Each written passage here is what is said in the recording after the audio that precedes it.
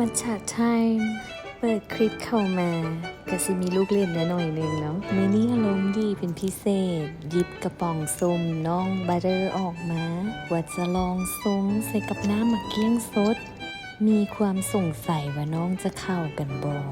ก่อนอื่นหมดเฮาก็มาต้องซากันก่อนสั่งน้ำหนักอยู่ที่3 กรัมฮอนให้ละเอียดดีจากนั้นทรงด้วยน้ำร้อนอุณหภูมิ70 องศาปริมาณ50 ml อย่าลืมแช่แป้งก่อนเด้อเพื่อให้ไม้ไผ่อ่อนโตการที่เฮาแช่แป้งจะเฮ็ดให้ไม้ไผ่มีความยืดหยุ่นเวลาเฮาตีซาจะเฮ็ดให้ไม้ไผ่บ่หักง่ายเนาะยืดอายุการนำไส้ซาเซนนั่นเองมีตีผงมัทฉะละลายดีแล้วเกี่ยน้ำก้อนใส่จอกเลยมื้อนี้ได้น้ำก้อนใหญ่มาแล้วเด้อ